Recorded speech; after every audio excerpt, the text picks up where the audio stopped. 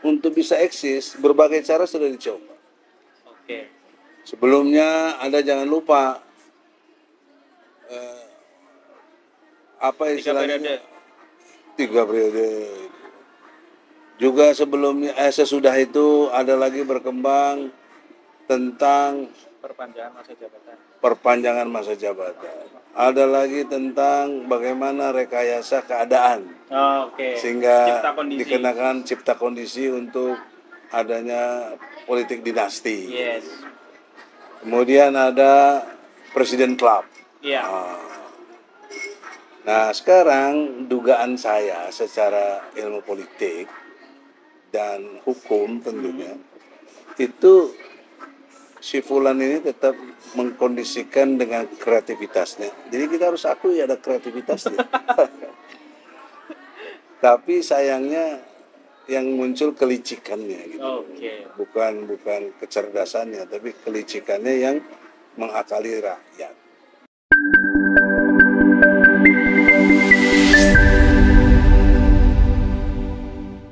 Assalamualaikum warahmatullahi wabarakatuh. Waalaikumsalam warahmatullahi wabarakatuh. Teman-teman semua dari Info Politik, Mimbar Tub, Dinasti Politik Dinasti, Bang Egi Sujana Channel. Pada kesempatan sore hari ini kita akan membahas satu isu yang hari ini sedang ramai dibicarakan di netizen ya, terkait Dewan Pertimbangan Agung, yang mana ini dibentuk secara mendadak oleh DPR, dan kemarin konon hari Kamis, yaitu kemarin ini, sudah kemudian dirapatkan di rapat paripurna DPR RI. Dan untuk membahas itu sudah ada bersama kita Profesor Egi Sujana. Assalamualaikum warahmatullahi wabarakatuh. Waalaikumsalam warahmatullahi wabarakatuh. Arif Nugroho. Iya. Yang dimuliakan Allah. Yang dimuliakan Allah. Kali ini kita akan membahas cukup serius nih, Prof. Biasanya kita membahas soal ijazah palsu, soal IKN. Nah, ini update terbaru soal Dewan Pertimbangan Agung, yang mana ini pengganti dari One Team Press, dan konon katanya ini dibentuk lagi undang-undang ini secara mendadak. Nah, menurut Profesor Egi Sujana, kira-kira ada apa? Apa sebenarnya dibalik Dewan Pertimbangan Agung yang secara mendadak ini? Ya, saya bicara mendisiplinkan diri ya. Yes. Postulat berpikir saya berdasarkan Al-Quran. Ya. Jangan dikira Al-Quran yang bernilai sudah ribuan tahun, setidaknya 14,5 abad, ya, hampir 15 abad berjalan, itu tergantung kita kecerdasannya memahaminya. Yes. Sehingga kita bisa tadabur dengan baik. Oke. Melihat fenomena terbaru apapun. Itu tidak sekedar urusan BPA atau apa-apa. Oke. Kalau itu jadi konten yang ingin kita bicarakan, nah, coba disiplinkan diri kita sebagai umat Islam ya. Didahulukanlah wahyu Allah. Oke. Baru analisis. Oke. Jangan analisis itu baru justifikasi cari ayat. Nah, itu tidak tepat. Salah ya. Saya. Keliru. Sehingga arahannya ayat mengikuti cara berpikir. Oke. Mestinya cara berpikir mengikuti ayat. Yes. Itu surat Al-A'raf, surat ke-7, ayat 16-17. Oke. Saya coba bacakan ya teman-teman semua ya. Ya. A'udzu billahi minasyaitonir rajim. Qala fa bima aghwaytani la aqudanna lahum siratakal mustaqim. Itu ayat 16. Ya. Ayat 17. Tsumma la'atiyannahum min baini aydihim wa min khalfihim wa an aymanihim wa an syama'ilihim wa la tajidu aktsarahum syakirin. Ayat 17-nya. Ayat 16 artinya, Iblis menjawab, karena engkau telah menghukum aku tersesat, pasti aku akan selalu menghalangi mereka dari jalanmu yang lurus. Ayat 17-nya, Kemudian pasti aku akan mendatangi mereka dari depan, dari belakang, dari kanan, dan dari kiri mereka, dan engkau tidak akan mendapati kebanyakan mereka bersyukur. Apa yang bisa kita ambil dari sini, Bro? Ini filosofisnya amat sangat mendalam. Oke. Tapi untuk tidak mencederai hukum, kita tidak boleh terang-terangan sebut nama lah ya. Oke. Kita pakai istilah lain Oke. yang dibenarkan oleh ajaran Islam dan undang-undang yang ada. Oke. Kita istilahkan si fulan saja. Oke. Si fulan. Jadi si fulan ini dalam perspektif kekinian ilmu politik dan informasi-informasi yang berkembang bahwa si fulan ini sudah ada juga pengadilan Mahkamah Rakyatnya juga udah ada. Udah ada di UI waktu itu. Ya kan? Nah, itu dijustifikasi si fulan ini sesat. Sama seperti tadi iblis dinyatakan sesat oleh Allah.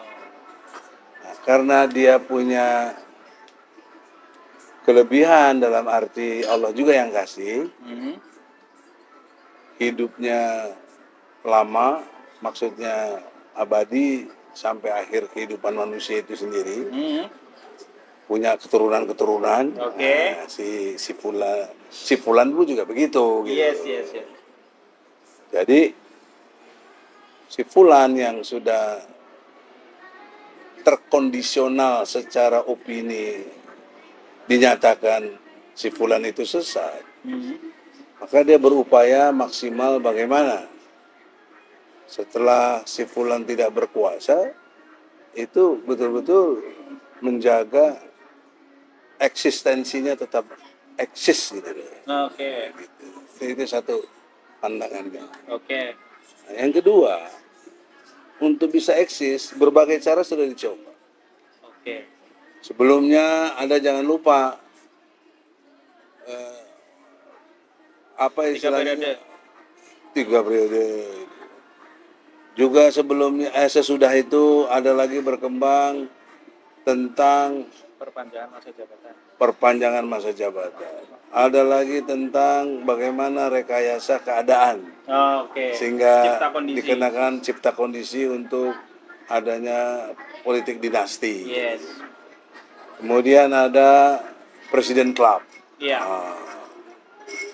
Nah, sekarang dugaan saya secara ilmu politik dan hukum tentunya, itu si fulan ini tetap mengkondisikan dengan kreativitasnya. Jadi kita harus akui ada kreativitasnya. Tapi sayangnya yang muncul kelicikannya gitu. Bukan kecerdasannya, tapi kelicikannya yang mengakali rakyat. Apa yang berkembang sekarang? Dewan Pertimbangan Agung. Yes. Nah, itu kan semua orang tahu itu produk Orde Baru. Betul. Dan pernah dihapus tahun 2003 waktu itu. 2003 udah dihapus karena dianggap tidak mendukung suasana reformasi. Betul. Tahun 1998 itu. Tapi itu efektif dalam konteks kelembagaan. Efektivitasnya adalah bahwa si fulan jadi ada tempat setelah lengser nanti. Oke. Yang bergengsi, bahkan dikategorikan DPA ini bisa di atas presiden. Kan Dewan Pertimbangan Agung. Betul. Atau Dewan Penasehat Agung. Untuk siapa? Ya untuk presiden. Jadi si fulan ini sangat bisa mencederai demokrasi, membelokkan hukum jadi tidak tegak. Karena di tempat itu, di kelembagaan itu, nggak ada batas masa waktunya, nggak ada. Sepanjang saya tahu ya. Iya. Atau disengaja atau memang kelupaan, kan kalau kelupaan ya nggak mungkin lah ya kan. DPR RI-nya sudah menyediakan itu semua untuk bisa dibicarakan. Iya. Jadi dugaan saya secara kesesatan yang terjadi gitu dalam perspektif politik ini wadah untuk melegitimasi secara kelembagaan nanti personifikasi si fulan yang sudah tidak berdaya dalam arti tidak punya kekuasaan apa-apa jadi berdaya lagi gitu loh. Jadi kuat lagi, bahkan bisa mengungguli presiden.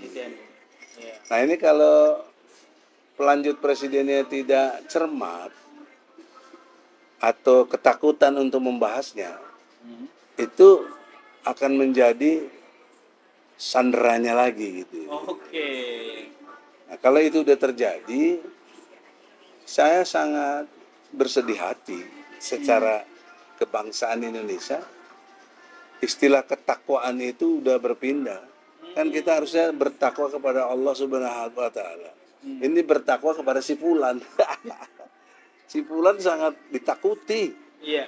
ketimbang kepada Allah. Allah. Semua orang bertakwa kepada si fulan. Kenapa begitu? Karena semua terkena penyakit wahan. Wahan itu dua elemennya. Satu, cinta dunia, kedua takut mati. Itu makanya disebut wahan, kata Rasul. Dan marilah kita introspeksi masing-masing. Pada tingkat tertentu juga kita kena wahan. Tapi kalau semua tidak bisa dikendalikan atau dikendalikanlah oleh si wahan itu, maka kita sesungguhnya telah bertakwa kepada si fulan, bukan kepada Allah. Nah, ini jatuhnya musyrik. Mengerikan kalau musyrik itu terjadi. Maka dengan demikian, dalam perspektif si fulanisasi ini, itu mesti ada orang-orang yang seperti kita dan YouTuber-YouTuber yang seperti kalian ini tetap menyuarakan. Ya. Tadi Saudari Hani dari Hani TikToker itu menanyakan, kok rakyat pada diem bang? Kan rakyat banyak. Itu pertanyaannya tadi. Ya inilah kalau sudah kena wahan ya mau rakyat berapapun tidak ada artinya. Bahkan statement Allah di surat 8 coba lihat. Ya, surat Al-Anfal. Al-Anfal ya, ayatnya 19. Oke, saya bacakan ya. Ya, ya. A'udzubillahi minasyaitonirrajim. Ya tastaftihu faqad ja'akumul fath wa in tantahu fa huwa khairul lakum wa in ta'udu na'ud wa lan tughniya ankum fi'atukum syai'aw walau kathurat wa annallaha ma'al mu'minin. Jika kamu meminta keputusan, maka sungguhnya keputusan telah datang kepadamu, dan jika kamu berhenti memusuhi Rasul dalam tanda kutip, maka itulah yang lebih baik bagimu. Dan jika kamu kembali, niscaya kami kembali dalam tanda kurung memberi pertolongan. Dan pasukanmu tidak akan dapat menolak sesuatu bahaya sedikit pun darimu, biarpun jumlahnya dalam tanda kurung pasukan banyak. Sungguh Allah beserta orang-orang beriman. Rakyat itu kan banyak. Ya. Tapi seperti buih. Oke. Jadi nothing aja. Buih itu kan kualitasnya nggak berkualitas. Oke. Hembus angin sepoi-sepoi aja udah pindah dia. Apalagi angin puting beliung hancur udah. Nah, itu kondisi objektif. Bangsa kita telah sangat dipengaruhi oleh iblis gitu di situ tadi kan, yang Al-A'raf ayat 17-nya. Dari depan, dari belakang, dari kanan, dari kiri. Di situ nggak disebut atas bawah. Nggak disebut ya. Coba pakai cerdas sedikit. Kenapa Allah tidak memberikan kesempatan iblis ini bisa menggoda dari atas? Karena bagi orang-orang yang tidak kena penyakit wahan, dia kan selalu memohon kepada Allah. Allah kan asumsinya selalu di atas. di tempat ars yang diagungkan di mana-mana. Jadi orang yang selalu bermohon, meminta dan bertakwa benar kepada Allah itu tidak bakal tergoda setan, tidak bakal. Oh, oke. Nah itu ada pada ulama-ulama yang jujur, ulama yang benar, bukan ulama syuk, Ya. bukan ulama jahat yang bisa kebeli dengan harga yang murah gitu. Kemudian kenapa dari bawah juga nggak bisa? Karena someday kita meninggal. Nah, kalau meninggal itu pasti dikubur. Ya, artinya selalu di bawah lah, di tanah itu. Maka bagi orang yang tidak kena penyakit wahan, selalu ingat kematiannya, selalu dia akan selalu bertakwa kepada Allah. Gitu. Nah, posisi ketakwaan inilah yang nggak bisa diganggu oleh setan. Kenapa? Karena ada 3 komponen sukses bagi orang-orang yang takwa. Komponen pertama, orang bertakwa itu dipastikan dia kaya, tapi dia tidak berharta. Nah, gitu. Yang kedua, dia kuat, tapi tidak ditopang oleh tentara. Gitu. Yang ketiga, dia dapat mengalahkan semua musuhnya, walaupun tidak ada yang bantu. Oh, begitu bos. Luar biasa ya. Ini kemuliaan yang Allah beri dari sifat ketakwaannya itu dan pasrah diri kepada Allah. Coba Anda buka surat Al-Baqarah. Surat Al-Baqarah. Ya, ayatnya 112. Jadi, saudara-saudara, tidak bermaksud menafsir-nafsirkan. Saya hanya merangkum ayat satu dengan ayat lain, dikonektingkan. Saya nggak menafsirkan. Kita baca sendiri tadi. Ini yang disebut tadabur. Apa itu tadabur? Melihat Quran secara fungsional. Ya. Apa fungsi Quran? Ada 3. 1, bayinat. Satu, hudan dulu, hudan. Petunjuk. Tunjuk. Kedua, bayinat, penjelas. Ketiga, baru furqan, pembeda. Gitu loh.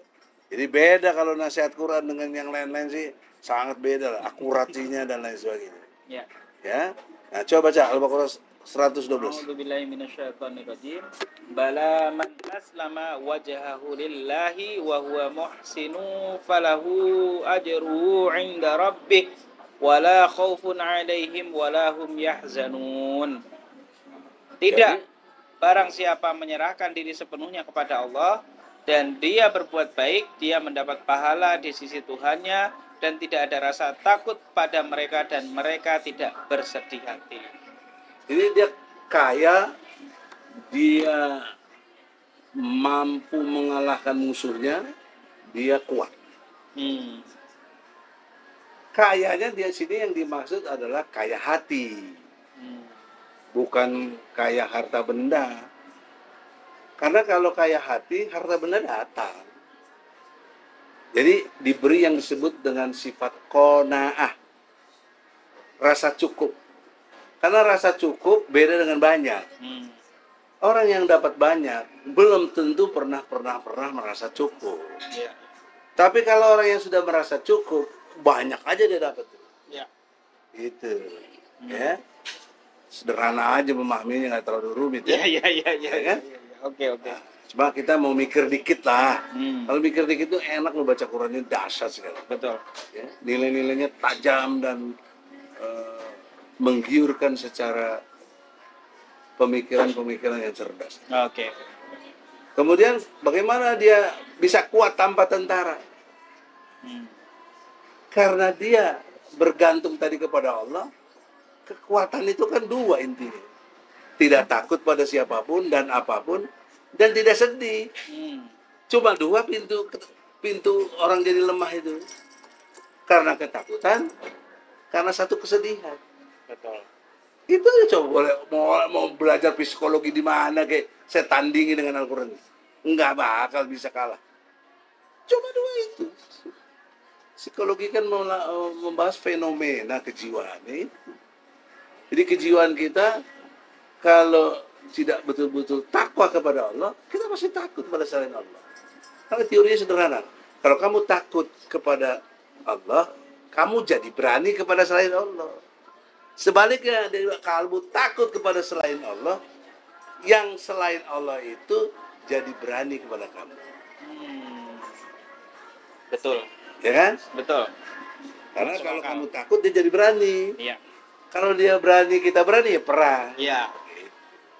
Itu kuncinya. Ya. Oke. Nah, jadi sekarang kita perlu dalami sedikit. Bagaimana sih cara setan bisa hebat begitu?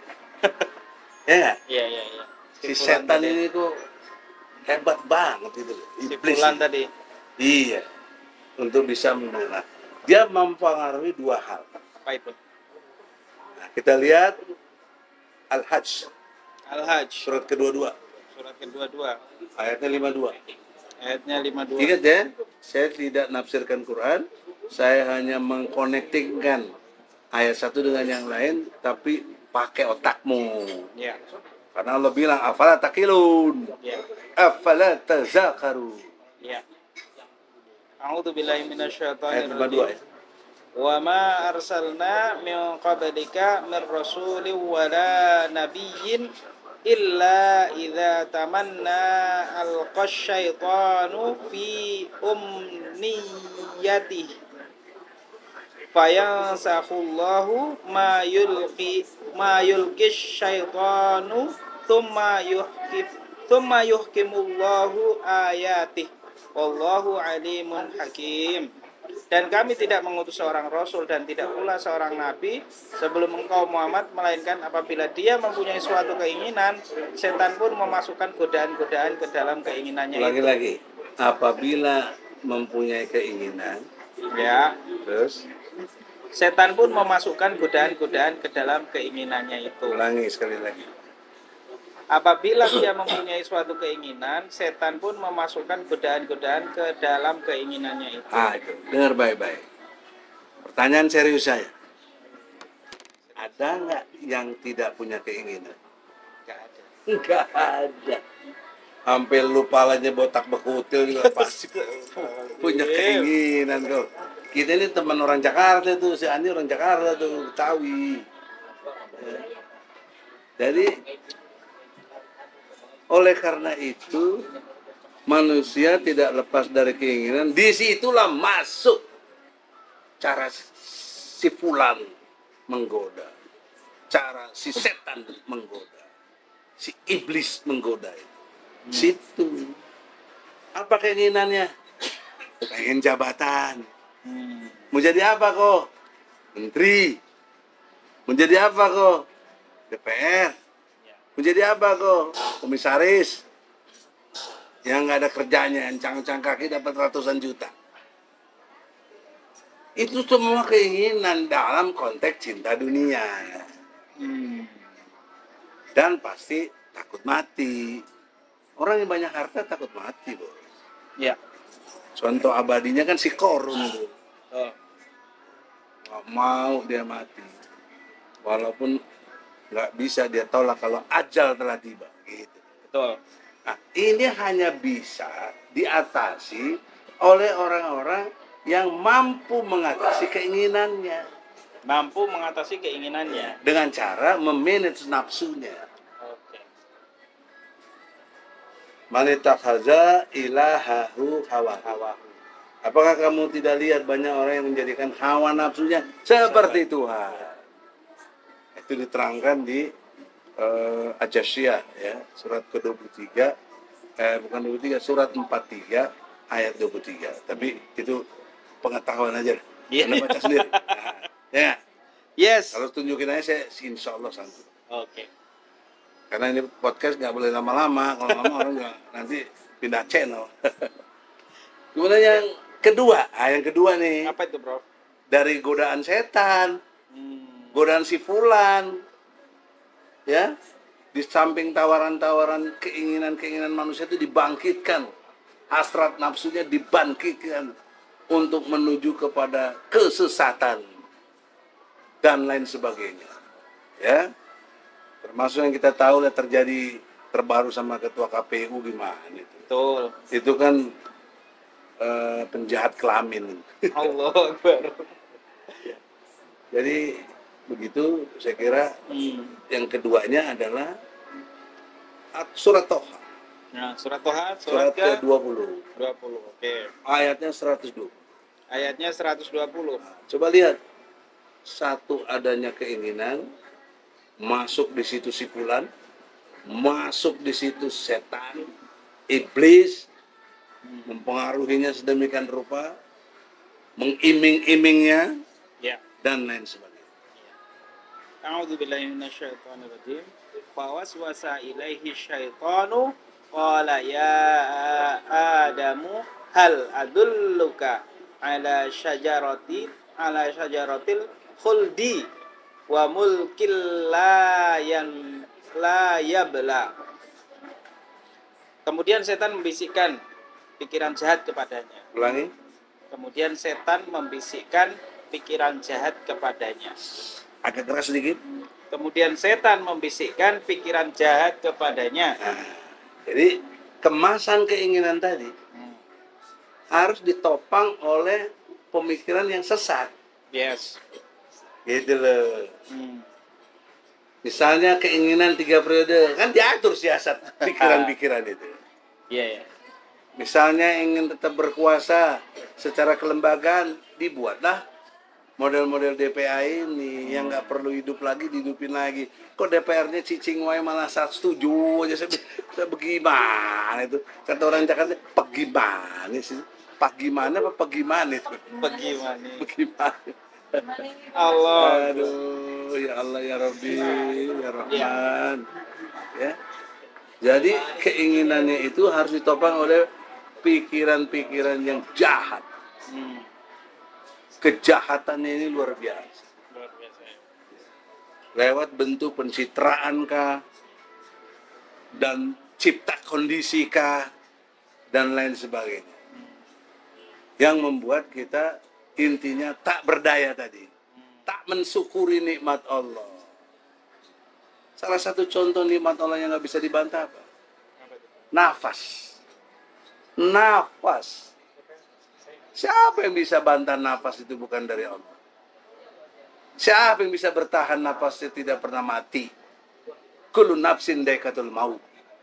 Setiap yang berjiwa pasti mati. Itu artinya enggak ada yang mutlak kekuasaannya kecuali Allah.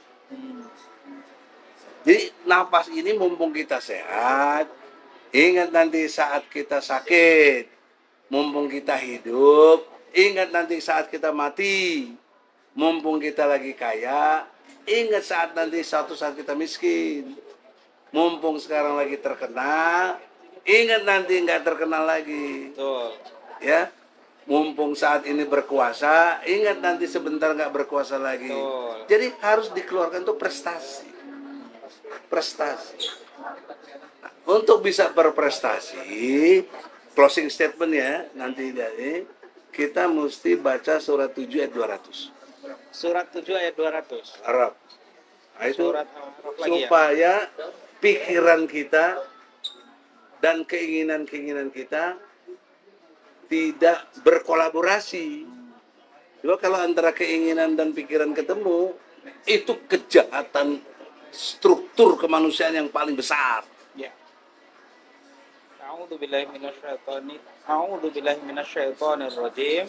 Wa imma yang zaghannaka minasyaitoni naz'un fasta'idz billah innahu sami'un alim. Dan jika setan datang menggodamu, maka berlindunglah kepada Allah, sungguh Dia Maha mendengar, Maha mengetahui. Innahu sami'un Alim. mendengar dan mengetahui. Betul. Jadi mesti bertakwa,